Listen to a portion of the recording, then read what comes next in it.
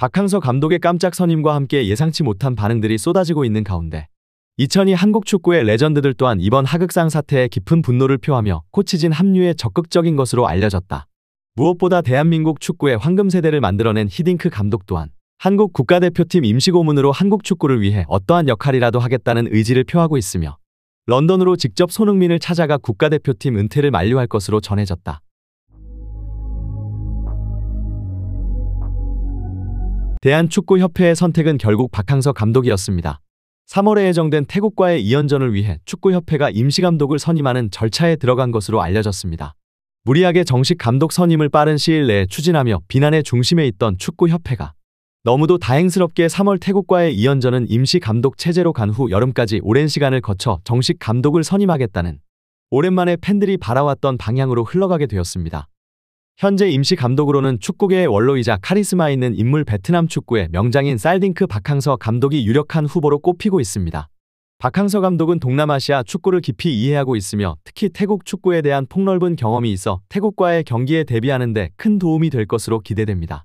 베트남 최대 매체 VN 익스프레스에서는 이 소식을 실시간 속보로 전하며 대한민국 감독을 역임할 수 있는 능력을 갖춘 위대한 감독이 베트남을 5년 동안 이끌었다며 박항서 감독이 정식 감독으로 선임되기를 진심으로 응원하고 바라고 있습니다. 특히 무엇보다 다가오는 2연전은 베트남의 오랜 라이벌 태국과의 경기로 박항서 감독이 베트남을 이끌고 태국을 박살내던 그 순간들을 평생 잊지 못한다고 말하는 베트남 국민들은 박항서 감독이 대한민국 대표팀을 이끌고 태국에게 대승을 거두는 장면에 대리만족할 것을 벌써부터 꿈꾸고 있으며 진심으로 대한민국의 승리를 기원하고 있습니다. 하지만 베트남 축구 팬들 또한 박항서 감독이 부임하게 되는 과정을 모두 자세히 알고 있으며 과거 박항서 감독이 베트남에서 부임 직후 했었던 것처럼 젊고 재능 있는 선수들을 모두 배척하고 파벌을 없애고 무엇보다 원팀을 방해하는 이강인, 서령우, 정우영 같은 선수들을 철저히 제외시키며 한국 축구를 새롭게 바꿀 적임자라는 평가를 내놓고 있습니다. 실제로 박항서 감독이 베트남에 부임하던 시기 축구 약소국 동남아에서도 최악체로 피파 랭킹 162의 팀이었는데요. 박항서 감독이 부임하기 직전 20경기 동안 단 1승밖에 거두지 못하였던 팀을 부임 직후 있었던 대회에서 6경기 동안 3승 2무 1패로 엄청난 성적을 거두고 예상치 못한 발언을 쏟아 큰 화제가 되기도 하였습니다. 당시 베트남이 자랑하는 세기의 재능 콩푸엉과 쯔엉을 선발 명단에서 제외시키고 벤치에 앉아 아무것도 하지 못하게 하는 충격적인 카드를 꺼내든 박항서 감독이었는데요. 축구는 혼자서 하는 경기가 아닙니다. 11명이 하나의 팀이 되어 팀과 팀이 맞붙어 승부를 겨루는 경기입니다. 한 명의 뛰어난 스타 플레이어는 골을 기록할 줄 몰라도 베트남 팀을 승리로 이끌 수 있는 능력을 갖추지는 못하였습니다. 우리에게 필요한 건 자신이 잘났다고 생각하며 팀 분위기를 망치고 우리가 하나의 팀으로 뭉치는 것을 방해하는 선수가 아닙니다. 선수 기용은 감독의 고유 권한으로 앞으로도 팀의 분위기를 해치는 선수는 철저히 배제할 것이며 저의 이런 방식이 마음에 들지 않으시면 베트남 축구협회를 통하여 저를 경질하면 될 것입니다.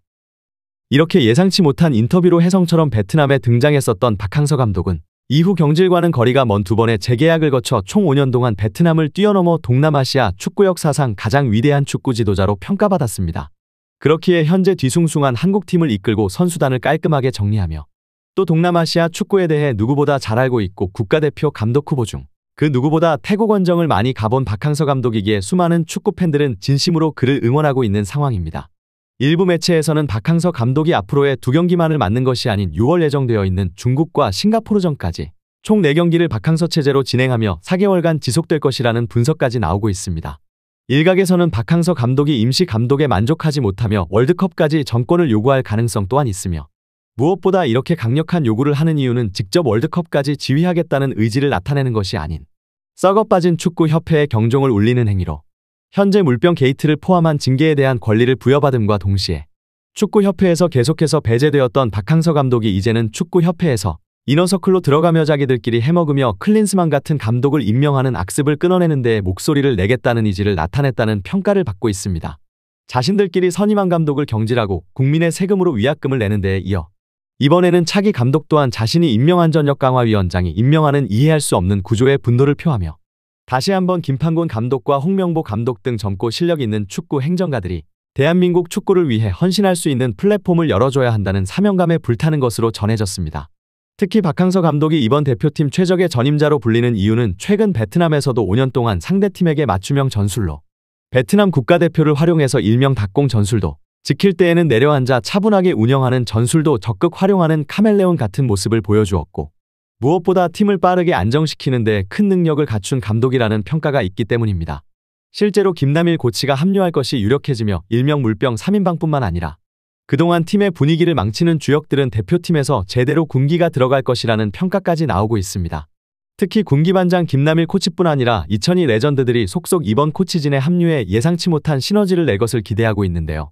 최근 안정환 해설 또한 이번 사태에 분노를 표하며 그동안 방송에서 친근한 이미지와 다르게 축구에 있어서만큼은 진심을 보였던 그이기에 이강인, 정우영, 서령으로 이어지는 탁구 물병 3인방에 대한 대표팀 후배들이 믿기 힘들 정도로 건방지다며 불만을 나타냈었습니다.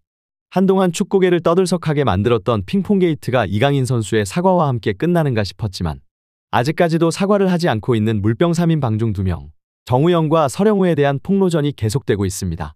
특히 울산의 서령우는 쳐다도 볼 수 없는 대선배이자 국가대표팀에서 뛰어난 활약을 펼친 박주영 선수에게도 욕설과 하극상을 저지르는 영상이 인터넷에 공개되어 수많은 팬들을 경악하게 만들었는데요.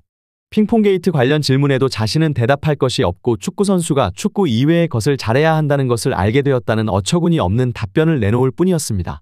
특히 이강인은 사과라도 했지만 정우영과 서령우는 인터뷰를 고의적으로 거절하고 있을 뿐 아니라 손흥민 선수의 손이 탈골된 직후에 카타르 시내를 배회하며 웃고 장난치는 3인방의 모습이 공개되어 대중들의 분노를 사고 있습니다. 하지만 현재 객관적으로 3인방의 폼은 현저히 떨어진 모습으로 프리미어리그 웨스트햄과 링크가 있었던 서령우는 웨스트햄 팬들의 격렬한 거부 끝에 이적은 완전 백지화 상태에 이르렀고, 이강인은 충격적인 전반전 교체 아웃으로 2경기 연속 PSG 최하 평점점을 기록하였습니다. 박항서 감독이 계속해서 이들을 기용하지 않을 것이라는 평가가 나오는 데에는 이들을 대체할 자원이 많이 있기 때문입니다. 특히 유럽에서 활약하는 젊은 배준호와 이번에 이적하며 도전을 택한 백승호, 이현주, 홍현석, 이한범, 양현준, 고영준까지 25살 이하의 재능 있는 선수들이 계속해서 뛰어난 활약을 펼치고 있기에 하나의 팀을 새로 만드는 중추적인 역할을 소화해줄 박항서 감독이 물병 3인방을 배제할 틀을 닦아줄 것을 기대하고 있는 상황입니다. 이러한 가운데 PSG에서 선발 출전한 이강인은 최악의 활약을 펼치며 팀 내 최저 평점을 기록하였습니다. 파리의 홈경기장에서 펼쳐진 중요한 스타드랭과의 경기에서 1대1 무승부를 기록했는데요.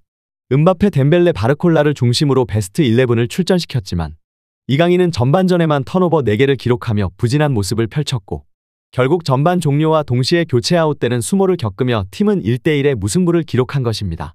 축구 통계 전문 사이트에서는 이강인에게 양팀 통틀어 최하 평점인 5.2 주었고, 프랑스 매체 풋볼 메르카토에서는 이강인은 미드필더 지역에서 기대했던 임팩트를 보여주지 못했다. 기술적으로 볼 처리가 엉성했다. 몇 차례 공소유권도 잃었다. 미숙한 상황 대처로 큰 실망을 안겨주고 하프타임에 교체됐다며 평점 3점을 주며 PSG 최저 평점을 주었습니다. 프랑스 매체 막시 풋도 이강인에게 최하 평점인 3점을 부여하면서 공격 전개에 전혀 영향을 미치지 못했다. 지나치게 신중에 공을 잃는 장면만 눈에 띄었다고 혹평하였는데요. 르파리지앵에서는 최근 이강인이 경기장 외에서 보여준 논란과 함께 이강인의 경기력이 하락하는 최악의 악순환이 펼쳐지고 있다고 평가하며, 특히 음바페의 유니폼 판매량을 한때 추월하며 파리 현지 팬들의 사랑을 받았었던 이강인이지만 이러한 부진이 계속된다면 메시마저 버린 파리 현지 팬들의 분노가 그에게 쏠릴 수 있다며 언제든지 차갑게 돌아설 수 있는 프랑스 현지 팬들의 민심이 심상치 않다는 분석 기사까지 내놓았습니다. 여러분은 어떻게 생각하시나요? 여러분들의 의견을 자유롭게 댓글로 남겨주세요. 댓글은 여러분의 공간입니다. 과연 대한민국의 새로운 감독은 누가 되며 또 대표팀은 어떻게 소집할 것인지 앞으로의 관련 소식 계속해서 탑클래스에서 전해드리도록 하겠습니다. 좋아요 눌러주시면 영상 제작에 정말 큰 힘이 됩니다. 우리 자랑스러운 탑클래스 선수들 소식 전해드리는 탑클래스TV 정말 열심히 하도록 하겠습니다. 오늘도 끝까지 시청해주신 여러분 진심으로 감사드리며 구독, 좋아요 눌러주신 여러분이 오늘의 탑입니다. 진심으로 감사드립니다.